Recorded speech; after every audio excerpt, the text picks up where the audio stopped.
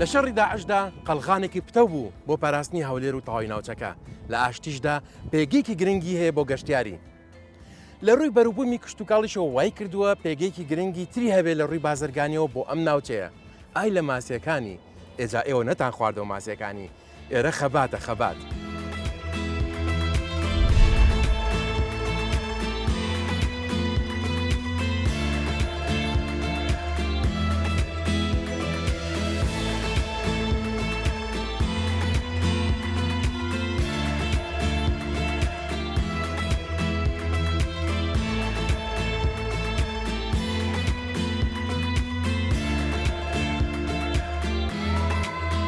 ئایا گرنگی پێگەی خەبات بۆ هەولێر و بۆ ناوچەکە چییە؟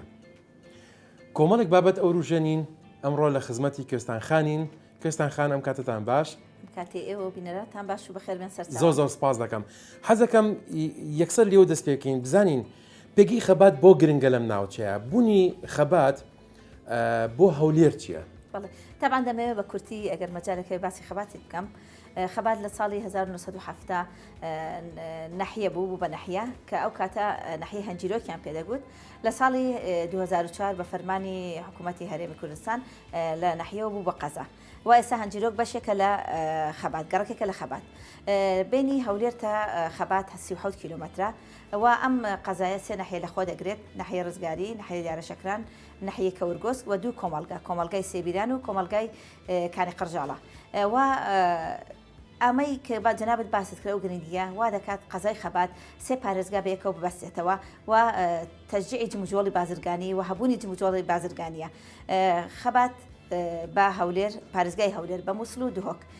لە بینی ئەو سێ پارێزگایە لە بینی ئەم سێ پارێزگەدایە بۆیە جموجۆڵێکی بازرگانی باش هەیە. ئەو جموجۆڵە بازرگانی وای کردووە ببێ بە ترانزیتێک لە بینی مووسڵ و هەولێر و هەندێک شاردا یان توانراوە چ سوودێکی بازرگانی بۆ ئەم شارە دروست بکرێت؟ طبعا وەکو باسم کرد گرنگی جموجۆڵێکی بازرگانی زۆر هەیە لەم سنوورە و کۆمەڵێک تایبەتمەندی هەیە کۆمەڵە کارگەمان هەیە وەکو پاڵاوگەی نەفت ئەمباری نەفت ئاوی ئیفراز کە بەشێک لە ئاوی پارێزگای هەولێر دابین دەکات هەروەها پرۆژەی گەورەی ئاودێری هەروەها کارگەی بیپسی کارگەی شیش و سەدان کارگەی تر لەم سنوورە ئەی ئەمە لە خۆیدا جموجۆڵێکی بازرگانی دروست دەکات. هەلی کاریان بۆ خەڵکی خەبات خۆی ڕخسانوە ئەمە بێمە سەر ئەوە بەڵێ خەڵکێکی ئێمە لەم سنوورە دامەزراوە لەوێ و ئێمە ئاگداریشمان کردنەوە کە لەمە دوا دەبێ هاوڵاتیانی ئێمە لەو کارگانە دابمەزن و ئیسفادە لێ بکەن و بۆ داهاتوش ئێمە پرۆژەی زۆرمان هەیە ئەوە بەرهێنانی زیاتر بێنە ئەم سنوورە بۆی خەڵکی ئێمە زیاتر ئیسفادە لێ بکات و هەڵی کاریش بۆ گەنجانمان بڕخسێنین. ئەمە لە ئەو هێرشە دڕندانی کە داعش بۆ ئەم ناوچەیە کردیە ئەڵبەتە ئەم ناوچەیە زۆرترین بەرکەوتەی داعشی هەبوو. هەولێر کە با بڵین خەبات لە بینی هەولێر و مووسڵ و ئەو شوێنە نابوو کە داعش بە چڕی دەستی پیاگەیشت. ئایا توانرا خەبات ببێ بە قەڵغانێکی گەورە بۆ هەولێر و ئەو ناوچەیە؟ تامان ئەو کاتەی 2014 هاتنی تیرۆریستانی داعش وای کە ترس و دڵڕاوکەی زۆر لەناو هاوڵاتیانی ئێمە دروست بێ لەبەر ئەوەی نزیک بوو لێرە و لە مووسڵ کە داخلی مووسڵ بوون لێرەش ترس کە ئێرە نزیکە لە مووسڵ پێشمەرگەکان خۆشبەختانە پێشمەرگە قارەمانەکانی ئێمە توانیان بەرگریەکی چاک بکەن و لە هەمان کاتدا خەڵکی ئێرە بەڕاستی خەڵکێکی هاوڵاتیانی مرد توانیان بڕۆن لە سنگەرەکان پاڵپشتی برا پێشمەرگەکان بکەن و بەرەنگاریەکی باشیان کرد و بەداخەوە شەهیدێکی زۆرماندا زیاتر لە 50 شەهید کە من لێرەوە سەر ڕێژ و نەوازش دادەنوێنم بۆ ئەو شەهیدانە کە لە سنوورە گیانی خۆیان بەخشی بە کوردستان. پێگەی خەبات توانراوە لە ڕووی کشت و کاڵی و ئاودێری و بەرهەمی ئاوی وەکو ماسی خزمەت بگەێنێت بە ناوچەکە و بە خەبات خۆی؟ بەڵێ لێرە خەڵکی ئێرە زیاتر بە پێشمەرگەن لە بواری کشت و کاڵی کار دەکەن لە بواری گەشت و گوزار هەروەها لە سامانی ماسی لە بواری کشت و کاڵی بەربوومێکی زۆر لێرە دەچێنرێ ساڵانە و دەتوانێت ئەم پێداویستی دەوروبەری خۆمان تا حەدێکی باش پڕ بکاتەوە. بەڵێ کشت و کاڵ زۆر گرنگی پێ ئەدرێ پرۆژەی ئاودێری گەورەمان هەیە لە قەزای خەبات وهروها سامانی ماسیش بەشێک لە هاوڵاتیانی ئێمە ژیانیان لەسەر سامانی ماسیە بەهۆی ئەو زێی کە لە سنوورمان هەیە زێی گەورە خەڵکێک بەوە مەشغوڵە و لە بواری گەشت و گوزاریش ئەمە ئاماژە بەوە بکەم کە ئێمە بەهۆی هەبوونی پارکێکی گەورە و هەبوونی غاباتێکی گەورە لێرە دارستانێکی گەورە کە 400 دۆنم زیاترە و زێی گەورە خەڵکێکی زۆر گەشتیارێکی زۆر ڕومانتیەکە بەڵام لە داهاتوودا ئێمە بەرنامان هەیە کە هەوڵ بدەین لە بواری گەشت و گوزار هێندێک پرۆژەی وەبەرهێنان بێنە ئەم سنوورە بۆی گەشتیارێکی زیاتر سەردانی سنوورەکەمان بکات و سنوورەکەمان بژانەوەی باشتر بەخۆی بێت. خۆویستم ئەو بکەم بە پرسیار تەواعاً لە هەر شوێنێک کوێستان خان ئاماژەی بە چەند شتێکی گرنگە پێگە کشت و کاڵەکەی پێگە بازرگانیەکەی ئەو پێگەی کە وەکو قەڵغانێک و پێگێکی بەهێزی هەیە لە ڕووی ئەمن و ئاسایشیشەوە کەواتە ئەمە ئەتوانرێت سوودی ئەم ناوچەی وادائیمە ئەتوانرێت سوودێکی تەواوی بۆ گەشتیاران هەبێ و ئەتوانرێت چەندین پرۆژەی گەشتیاری گرنگی لێ بکرێتەوە چونکە وەبەرهێنان لە شوێنێک ئەمن و ئاسایشی بەقەوت بێ بازرگانی تیابێ ڕێڕەو بێ بۆ لێکدانی چەند شارێک ئەتوانرێت بشکرێ بە شارێکی گەشتیاری زۆر سپاس کوێستان خان. ئەمەوێ ئەگەر مەجال باسی شتێکی تریش بکەم ئێمە لە 2014 پێشهاتێکی تریش لێرە ڕوویدات کە ئەم پێشهاتەش هاتنی ئاوارەیەکی یەکجار زۆر بوو دوای شەڕی داعش بۆ ئێران کە ئێمە ئێستا بەشێکیان گەڕانەوە بەڵام ئێستا دوو کەمپمان هەیە کەمپی دارە شەکران و کەورگۆز کە خەڵکێکی لێ نیشەجێ ئاوارە لە خودی سنتەری قەزا زیاتر لە 20,000 ئاوارەمان هەیە و ئێمە خۆمان وەکو ئیدارەی سنوورەکە و حکوومەتی هەرێم و لە پاڵ ئەوەشدا ڕێکخراو مرۆیەکان ئەو پێداویستیانێک کە پێویستە ئێمە گەیاندومانە پێیان و بەردەوامیش هاوکاریان دەکەیت. هیوا ئاواتمان هیوا ئاواتی جەنابتە زۆر بەخێر بن سپاسمان دەکەم.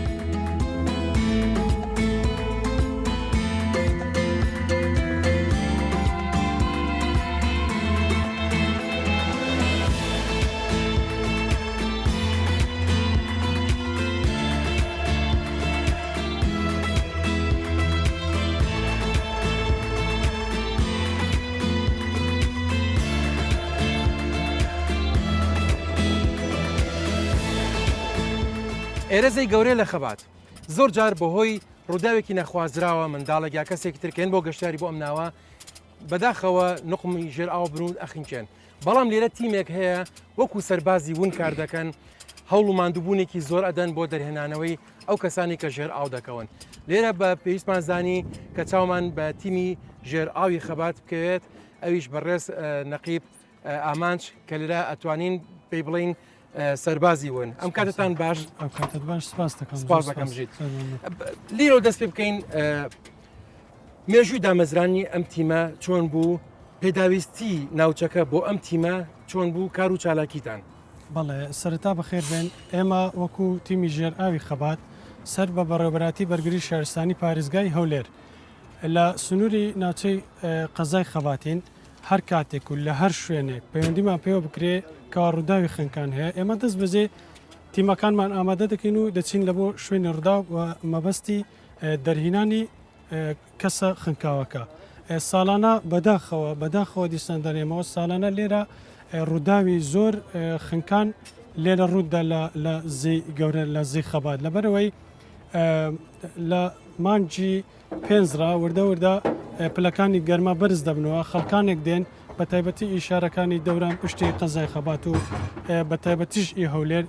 دێن لە بۆ مەبەستی مەلەوانیکردن لە زی گەورە و شارەزاییشیان نییە شارەزایکی ئۆتۆیانە لە چۆنیەتی بابری مەلەوانیکردن لە زی چونکە ئەوان زیاتر لە مەزبەحەکان زیاتر مەلەیان کردیەوە وەکو ئەبینین هەرچەنە بوونی تابلۆی ئاگادارکردنەوە کە لێرە شوێنێکی مەترسیدارە بۆ مەلا بەڵام خەڵک سەرکەشی ئەکاتویەت لە کاتی ئەو کاتانی کە خەڵک بە زۆریان بۆ گەشتیاری زیاتیش لەو کاتانان کە مناڵیان لەگەڵە ئەخینکێنیان کەسانی تر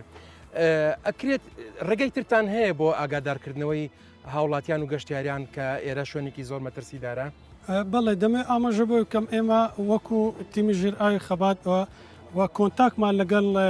بەڕێز قایمقامی قەزای خەبات کاویش خەمخۆرێکی بابرین پلەیەکە لێرە زۆر خەمی لە وەزەکی خواردەوە بە هاوکاری لەگەڵ برادرانمان لە شارەوانی خەبات چەندین جار با بڵێن تابلۆمان هەڵواسیوە کە ئەو شوێنانە قەدەغی مەلەوانیکردنە بەڵام خەڵکانێک بەداخەوە نابێت زۆر خەڵک جوێ نابێت تابلۆیان سەیری ناکەیان بە گرنگی نازانێت چ ڕێگەکی تریست خێراتر و کاریگەرتان ئێمە ڕێگای تریشمان هەیە کە ئەو کاتانەی با بڵێن زۆر قەڵەباڵغ دەبین بۆن منە ڕۆژی هەینی یان ڕۆژی نەورۆز زۆر قەڵەباڵغ دەبی سەرزەیەکە ئێمە تیمی تایبەتی خۆمان دەنێرین وەکو ئاشتی زیادە دانێڵین کە لێرە چاودێری خەڵکەکە دەکەن وەرەوە ئاگداریشان دەکەنەوە چێ لە ڕێگەی بڵنگەوە چێ وەکو ڕاستەوخۆش ئاگداریان دەکەنەوە کە شوێنەکان لە بوو مەلەوانیکردن ناشێن. کوردستان شوێنی زۆرە شوێنی بەرفراوانی هەیە کە وەکو ئەمزەیە مەترسیدارە بۆ مەلەکردن زۆر جار وا ڕوویاوەکە لەو شوێنانەش خەڵک دەخنکێن و لیانە لەو شوێنانش تیمی لێهاتوو هەیە بەڵام زۆر جار پەنیان بردووە بۆ ئێوە کە ئێوەش بچن یارمەتی دەربن و بەهانای ئەوانەوە بچن بەڵێ بەخۆشحالیەوە ئێمە هاوکاری زۆربەی تیمەکانی بۆ نمونە قەزای ئاکرێمان کردووە قندیلمان کردووە هەروەها هەتا دۆکانیش وەکو هاوکاری چوون لەژێر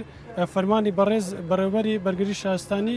هەولێر حەمید یادگار فەرمانی کردووە ئێمەش ڕاستەخۆ تیمەکانمان نردووە بۆ هاوکاریکردن بۆ تیمەکانی تر بۆ دەرهینانی تەرمەکانی زۆ سپاس نەقیب ئامان بۆ هەوڵ تێکۆشانتان هەڵبەتە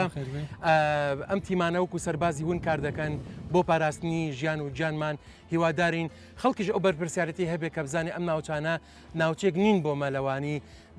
بێجگەلەوەی کە مەلەوان زانێکیش بیت هەر مەترسی خۆی هەیە و ئەبێ ئێمەش هوشاری خۆمان هەبێت و یارمەتی دەربین بۆ ئەوانیش زۆر سپاس کاکەمان.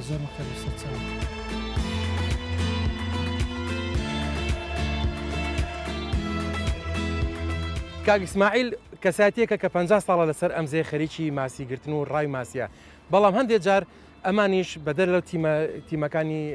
فریاکەوتنی ژێر ئاو ئەمانیش هەڵستاون بۆ کارە پیرۆزەی کە چەندین جار خەڵکیان ڕزگار کردووە لە خنکانن هەندێک جاریش بەداخەوە کە خەڵک خنکاوەمان درێنەوە. کاک ئیسماعیل گیانم کاتتان باش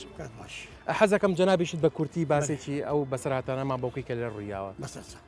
خۆم پێشی تیم کە دوکرێت لە خەبات قەزای خەبات من لێرە ماسیگرم لەسەر ئەو ئاومە 50 ساڵە ئەم شارەزای بۆ ئەوەمەیە ماسیگریشین و خەزای خەبات هاوکاری تیمەکانشتان کردووە ئێوە نەتانتوانی بێت پێوەتان بە تیمەکان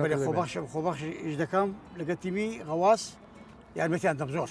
دەستان خۆش کاتێک قۆر بیرم کاکەیرە قۆرە بستە گەشتیارێک دەدرێ کاکە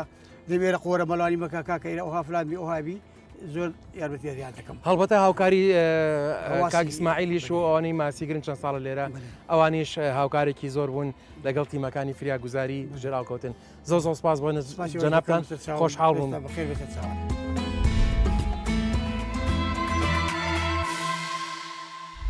وەرە بێمال بێمال بێمال بێمال بێمال بێمال بێمال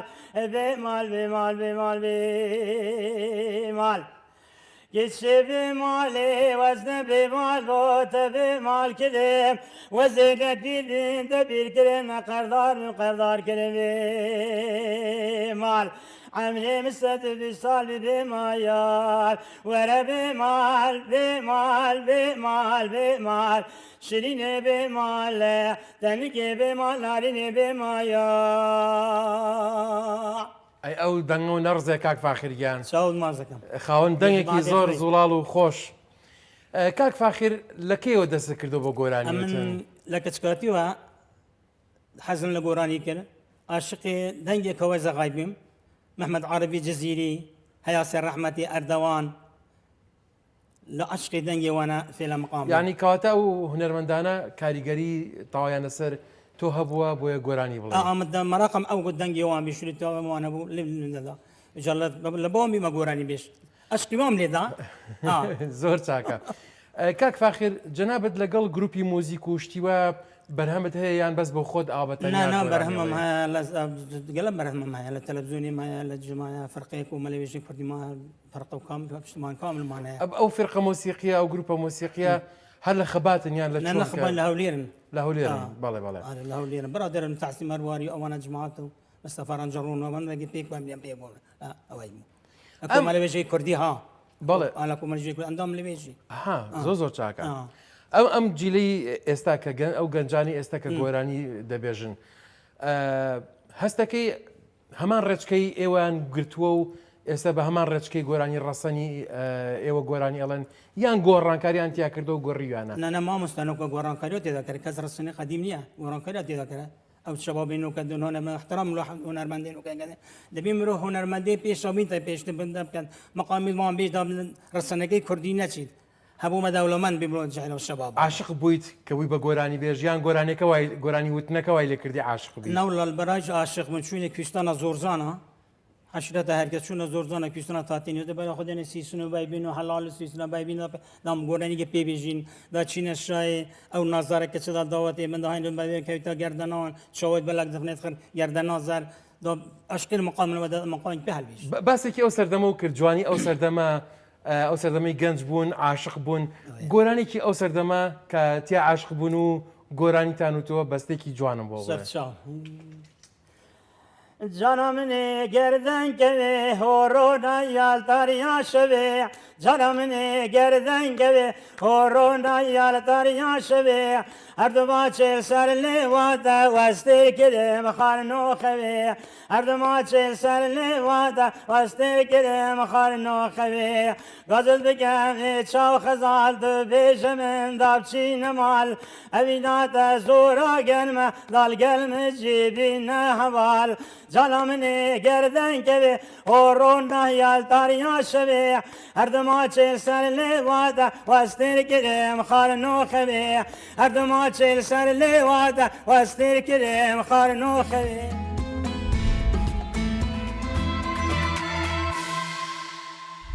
بەڕاستی ئەمڕۆ ڕۆژێکی بەخێر و بەرەکەتە هەموو ژوورەکانی هوتێلەکان پڕ بووە لە نەفەر تەنها ئەم ژوورە خۆشەویستمە ئەرێ کەسێک شتێک سەلام عەلەیکۆم سەڵاو بەخێر بی خوا بە بێدەنجی گۆرانی بی خەمە نەبێت خەمە نەبێت ڕۆژ بە شاوەکەم ئەیها ناوەکەم ڕۆژ باشی تیکاکە نیوەی شەوە دەبخەوە بۆنە ئیزعاجی گروپی شانۆی خەبات یەکێکە لەو گروپانەی کە هەوڵ دەدەن لە ڕێی شانۆوە چالاکیەکانیان بگەنە شارەکانی تری کوردستان بۆیە بە باشمانزانی قسە لەگەڵ کاک ڕێبوارە بکەین کاک ڕێبوارم کاتتان باش ئەم کاتێک جەنابیشتان باش زۆر سپاس دەکەم گروپەکەتان لەکێو دامەزراوە و کار و چالاکیەکانیان چین گروپی شانۆی خەبات لە ساڵی 2007ەوە دامەزراوە و ئێمە چەند گەنجێک بووین هەستین بە دامەزراندنی گروپی شانۆی خەبات و تا ئێستا بەردەوامین لە چەند کاری شانۆیمان کردووە جگە لە خەبات لە دەری خەباتیش کاری شانۆیمان کردووە و لە فیستیڤاڵی ساڵانەی مرکز شەبابەکان بەشداریمان کردو و نەتیجەشمان هەبووە جۆری داقەکانتان کلاسیکە یان کێشەی ڕۆژانەیە کە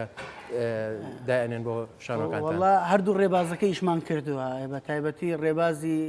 کلاسیک دەقیزیانەکان حەز دەکەم ئێمە لەگەڵ ئەوان مرتاحتر بین بەڵام ناشکرێ شانۆکارێک لەو زروفە خۆی لە کێشە کۆمەڵایەتەکانی ئەو زروفە بچێشێتەوە ئیشی لەسەر نەکات نمایشەکانتان لە خەبات ئەکەن یان بردووتانەتە شارەکانی کەش بەگشتی زۆربەی نمایشەکانمان لە خەبات بوو بەڵام بردوومانەتە شارەکانی دیکەش بۆ نمونە لە هەولێر لە بەڕێوەبەراتی و نەریشانۆ لە شەقڵاوە لە بەردەڕەش لە زۆر شوێنی کە نمایش شانۆیمان کرد زۆر سپاس بۆ ئەم دیدارە کاک ڕێبوارجان سپاس بۆم بەسەرکردنەوەیە دەستی کەناڵی بیستاری کوردستان هەردەم سەرکەوتوو بوون زۆر بمێنن سپاس بەڕێز زۆر سپاس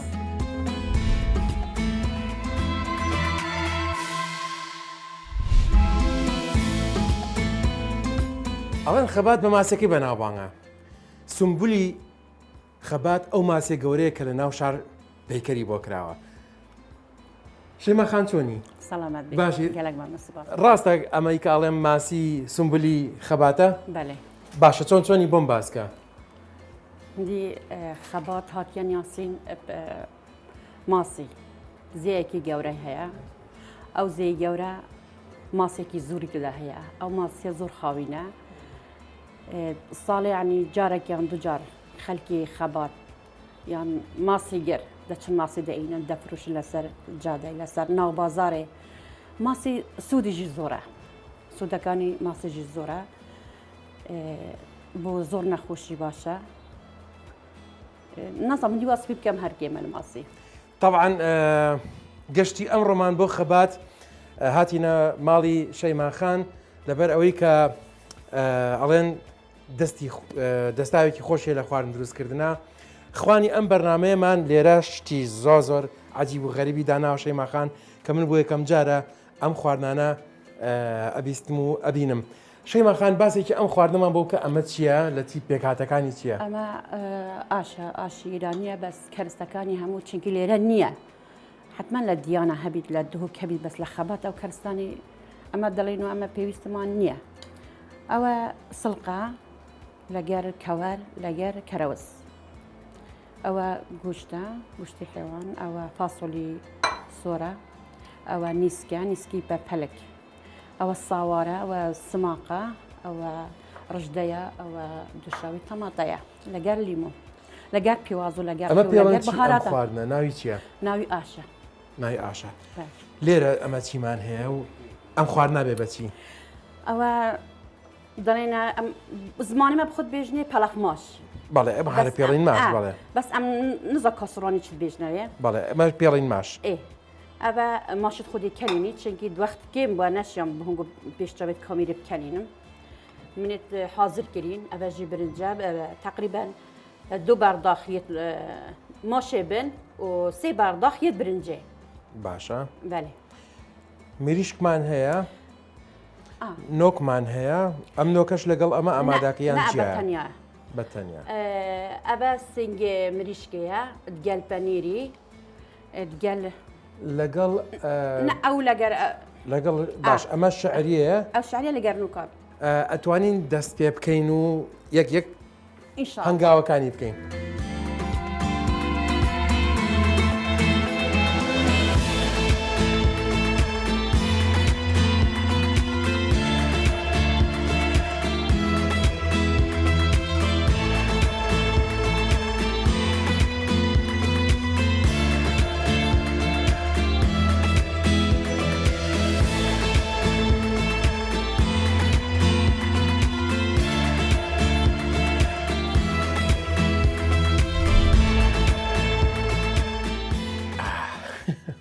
و خوار نەخۆشانە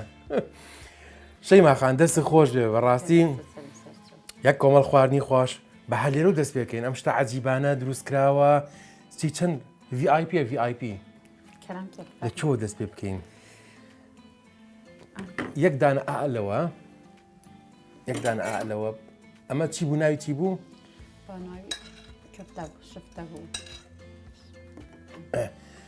زین جارێ ئەمە چی ئەم شتە عەجیبە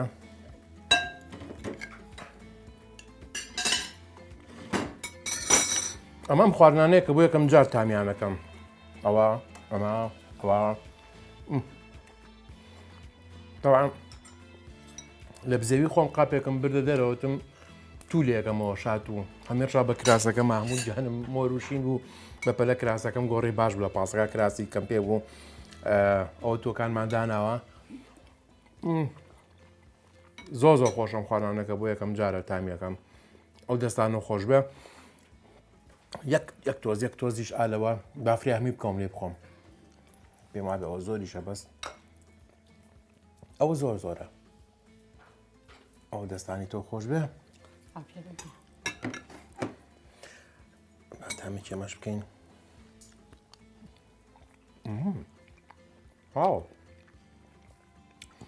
شەیماخان ئەم خواردنە وەکو تامەکەی هەست دەکەم ئەمە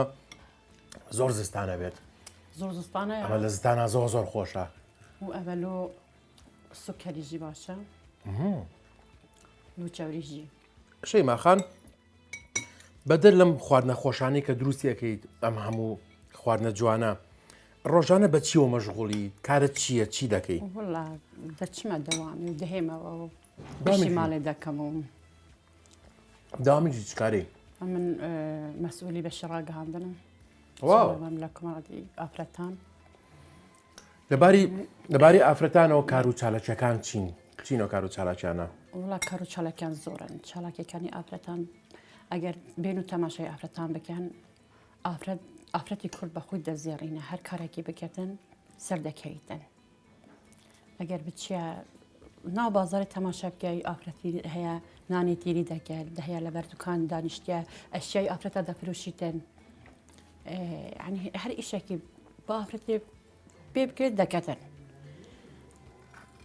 لەگەر پیاوی خودشتە ناو بیستان ینی تەماتەی دەکەتن حەیین و کینوکی دەدریتن لە بواری ڕاگەاندنە بۆم باسکە چیەکە لە باری ڕاگەاندنە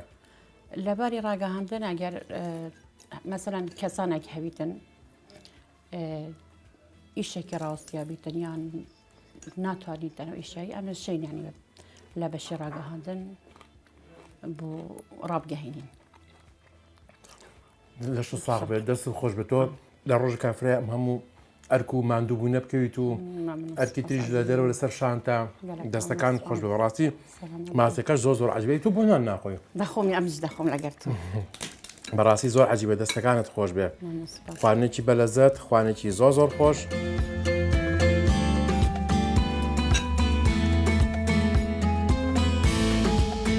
ئەمڕۆ زۆر خۆشحاڵم کە هاتمە خەبات بۆ یەکەم جار چەند شتێکم بینی کە زۆر گرنگ بوو بەلامەوە ئێستاش لە خوانەکە بەڕاستی چەند خواردنێکم بینی کە بۆ یەکەم جارمە ئەیبین و تامی ئەەکەم جێ زۆر خۆشحاڵی مەچکە خواردنەکان زۆر جیاوازترین تا ئەسەر و خواردانی کە خواردومە زۆر خۆش و بەتا من دەستی شەیماخان خۆش بێ کە ئەم ئێوارەخوانەی بۆ ئامادەکردین زۆر سپاسیەکەین بەم گەشتەی و بەم خوانە کۆتەیمان بە بەرنمەکانی ئەم ڕۆمان هێنا خۆشحاڵە بم کە جارێکتر بە دیدەنی یەکتری شاد بینەوە هەر شاد و بەختەوە بن و کامەرانی بۆ هەمووتان.